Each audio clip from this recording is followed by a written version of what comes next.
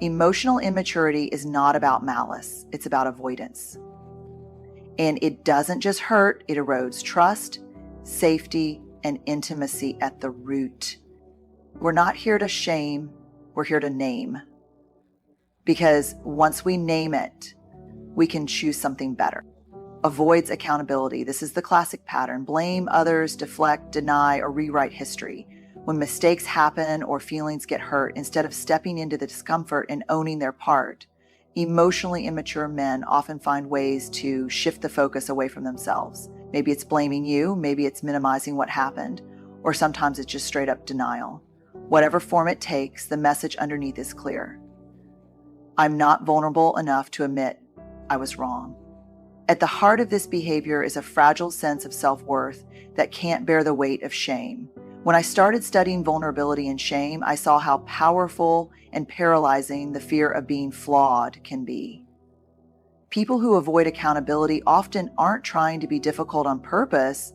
They're protecting themselves from the messy human act of saying, I messed up. They want connection, but their coping mechanism is to shield their ego rather than risk the vulnerability needed for true intimacy.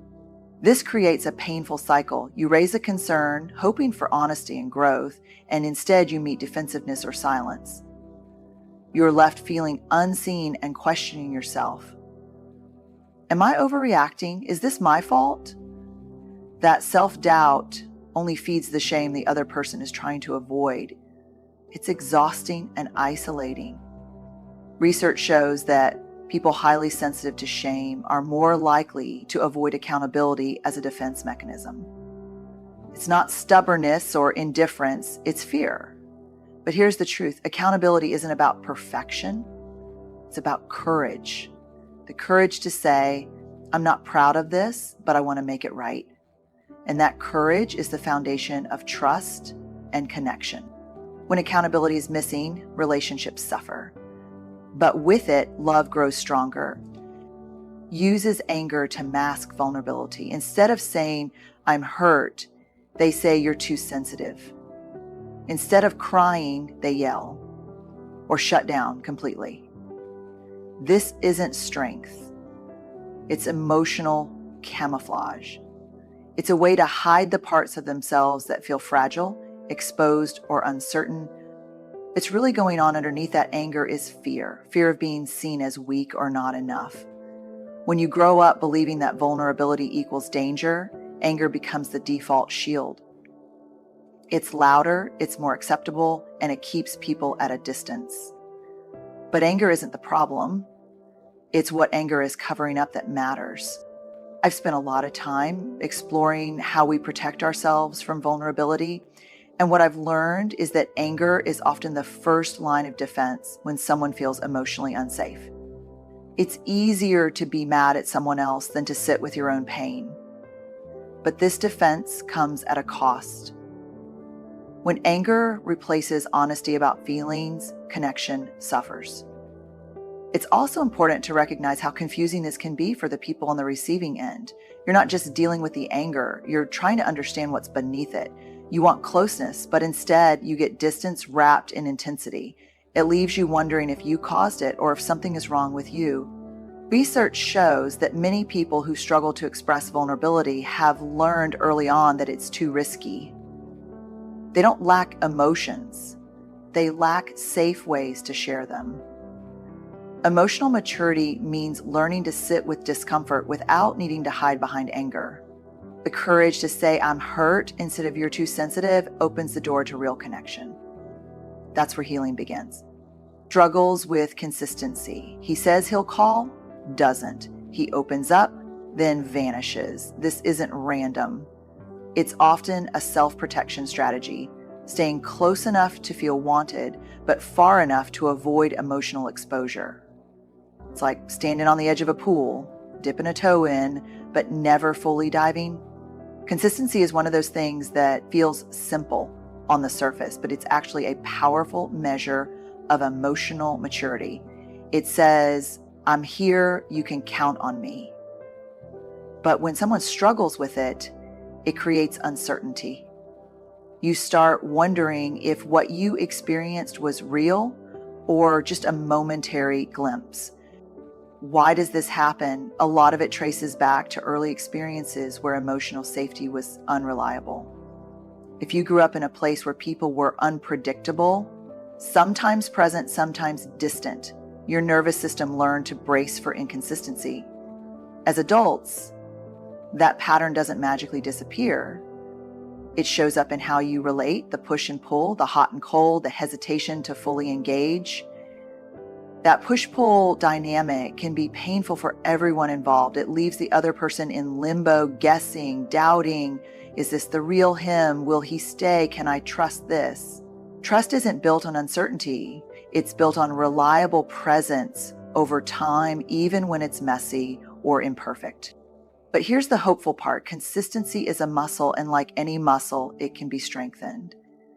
It starts with small acts of showing up, keeping promises, being present even when it's uncomfortable.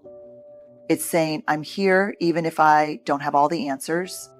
That willingness to be consistent, to be present even when it's hard, that's where emotional maturity lives, and that's where connection grows. Emotionally withholds his punishment. You upset him, now he's silent. Now he's distant. This isn't emotional maturity, it's control through detachment. And often it's subconscious, but it still hurts like hell. When someone uses silence or withdrawal as a weapon, it's a form of emotional distancing that's painful and confusing. It leaves the other person feeling rejected, abandoned, and desperate for connection. The thing is, this behavior usually isn't about the other person at all. It's about the person withdrawing, trying to protect themselves from feeling overwhelmed or vulnerable. They don't know how to express their discomfort or hurt, so instead they shut down emotionally. What's heartbreaking about this pattern is that it creates a toxic cycle. The person who feels hurt by the silence reaches out, trying to bridge the gap, but the silence just grows heavier. The distance becomes a punishment, a way to teach a lesson, but it doesn't teach anything except how to feel unsafe in the relationship. Psychologists call this behavior a form of emotional manipulation, even if it's unintentional. It's a defense mechanism that comes from fear of intimacy, fear of conflict, fear of being seen as weak. But the cost is high. Trust erodes, connection fractures, and resentment builds. The antidote to this isn't more silence. It's vulnerability. It's the courage to say, I'm upset and I need space, but I'm still here with you. That kind of honesty invites connection instead of shutting it down. And it's a mark of emotional maturity that, once cultivated, can transform relationships from battlegrounds into safe spaces. Emotional withholding as punishment is painful, but it can be unlearned. It starts with awareness and a willingness to break the silence with truth. Because in the end, connection depends on presence, not absence. Lacks empathy for others' emotional experience. Empathy is feeling with someone, not fixing, not judging, but truly being present to their pain or joy. Emotional immaturity shuts that down. Instead of tuning in, they might say, "You're overreacting," or "That's not a big deal." Those words aren't just dismissive, they're a signal that they're emotionally unavailable in that moment. What's important to understand is that this lack of empathy isn't about being cruel or uncaring. It's often rooted in a limited emotional vocabulary and a deep discomfort with feelings, both their own and others. When someone hasn't learned how to sit with difficult emotions safely, the natural response is to minimize or avoid them altogether. This response can be confusing and painful for the person sharing. When your feelings are dismissed, you start questioning yourself. Am I too sensitive? Is this really worth feeling? That self-doubt chips away at your confidence and your sense of being seen and understood. And when someone you care about consistently fails to empathize, it creates a distance that's hard to bridge. Research in emotional development shows that empathy requires vulnerability and emotional regulation, skills that take time and practice to build. When those skills are missing or underdeveloped, empathy can feel like an overwhelming task, even threatening. So instead of opening up, emotionally immature men might close off or change the subject. But empathy is a practice, a willingness to lean in and say, I hear you. I see your pain. It doesn't mean fixing or solving.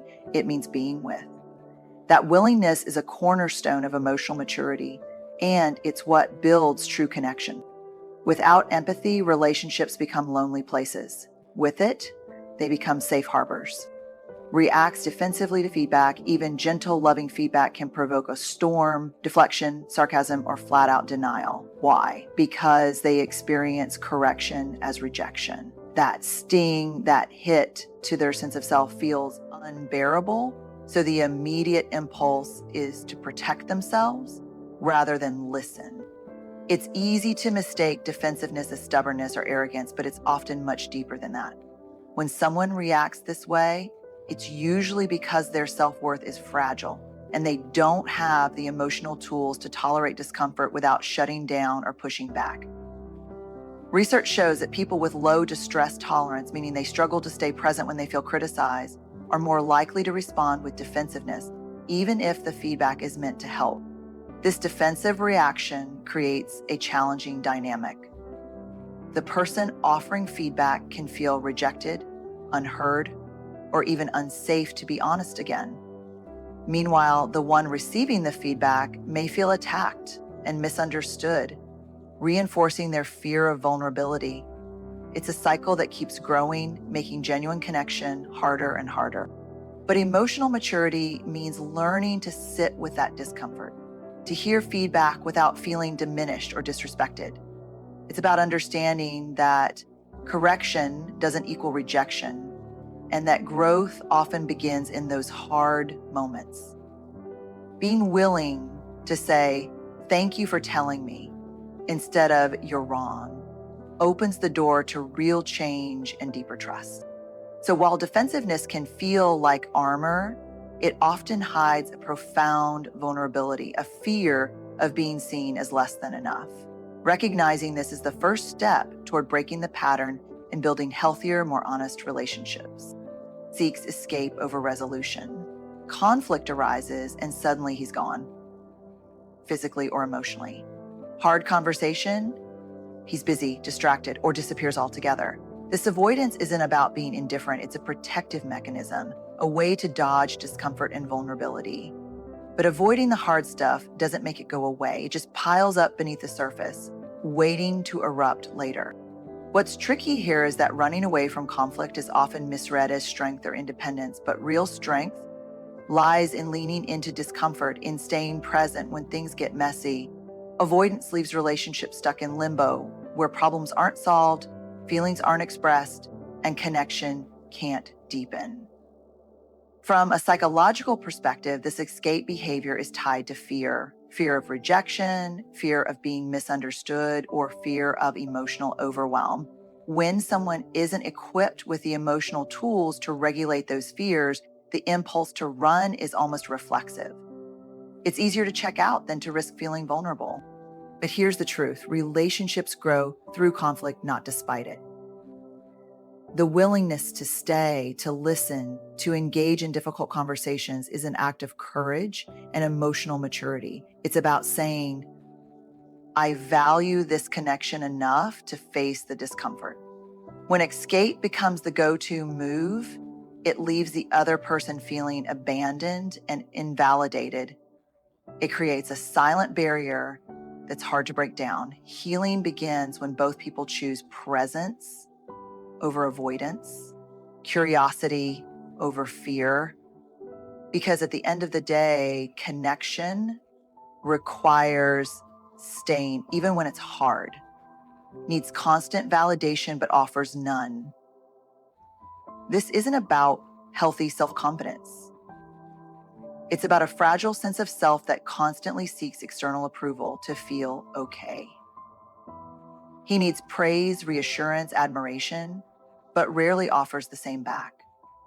This emotional imbalance creates a one-sided dance where one person is always reaching out and the other is always taking in. This need for constant validation often comes from a place of deep insecurity. When someone doesn't have a strong internal compass for their worth, they look outward to fill that void. But here's the catch. Validation is a two-way street. When it flows only one way, it creates emotional asymmetry. That imbalance can be exhausting and lonely. Psychologically, this pattern reflects unhealed wounds and self-worth struggles. It's not about narcissism, though it might look like it on the surface. Instead, it's about a person who hasn't learned to nurture their own value and depends on others to do it for them. That dependency, however, isn't sustainable, and it often leaves relationships feeling strained and unbalanced. The painful truth is that when someone is always seeking but never giving validation, it can feel like love is conditional or transactional. The person on the receiving end might start to wonder if their worth is only recognized when they serve the other's needs. True emotional maturity involves developing an internal sense of worth and learning to both give and receive validation generously. It means being able to say, I see you, you matter, without needing anything in return. That kind of mutual respect and appreciation is what builds strong, lasting bonds. Validation is not just a gift, it's the language of connection. Without it, relationships can't thrive. Here's intimacy beyond physical connection. It's a common misconception that emotional immaturity looks like distance or coldness across the board, but often it shows up as being physically close while emotionally distant. Emotionally immature men might be sexually available, but emotionally absent. They confuse closeness with control, thinking that keeping people at a safe distance emotionally is the way to protect themselves from being hurt or seen as vulnerable. This fear of true intimacy isn't about a lack of desire for connection. It's about a deep-seated worry that if they let someone in fully, they might be rejected or exposed in ways that feel unsafe. Emotional intimacy requires vulnerability, the willingness to share fears, dreams, and imperfections. But for many, vulnerability wasn't modeled as a safe or acceptable way to be. So instead, they build walls or keep the relationship on a surface level. This pattern creates a painful paradox. The desire for connection is there, but the ability to fully engage emotionally is blocked by fear. They might show love through actions or physical touch, but avoid conversations about feelings or fears. The person on the receiving end often feels confused, craving deeper connection while facing emotional distance. Learning to move beyond this fear requires courage and practice. Emotional intimacy is not about losing control. It's about gaining trust in oneself and the other person. It's about saying, I'm willing to be seen, even if it's uncomfortable. True closeness isn't just physical. It's a brave act of letting someone into the parts of ourselves we usually hide. That's where real connection lives. Struggles to name or regulate emotions. Ask him how he feels, and you often get, I'm fine, or I don't know. This isn't just about avoiding a conversation or being closed off. It's about a fundamental difficulty in identifying and understanding emotions. Emotional vocabulary wasn't built. Without those words, feelings become confusing or overwhelming. Emotional immaturity isn't just poor communication. It's about undeveloped inner awareness. When someone can't name their emotions, it's much harder for them to regulate those feelings or express them in healthy ways. They might lash out, withdraw, or shut down because the experience of feeling is too uncomfortable or unknown. The inability to put feelings into words creates a barrier to connection, not only with others, but with themselves. This struggle often comes from how emotions were handled during childhood. If vulnerability or emotional expression was discouraged or punished, the skill to recognize and process emotions didn't develop fully. Instead, emotional experiences were pushed aside, ignored, or masked.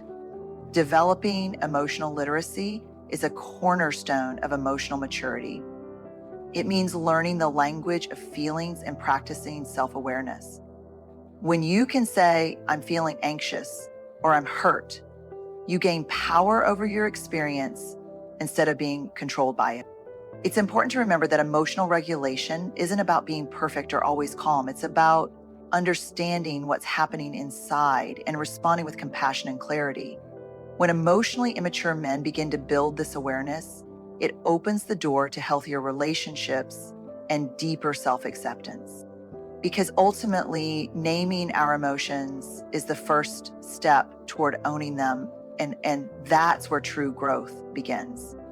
As we've explored together, emotional immaturity isn't about flaws or failures. It's about the challenges we all face in navigating vulnerability, connection, and growth.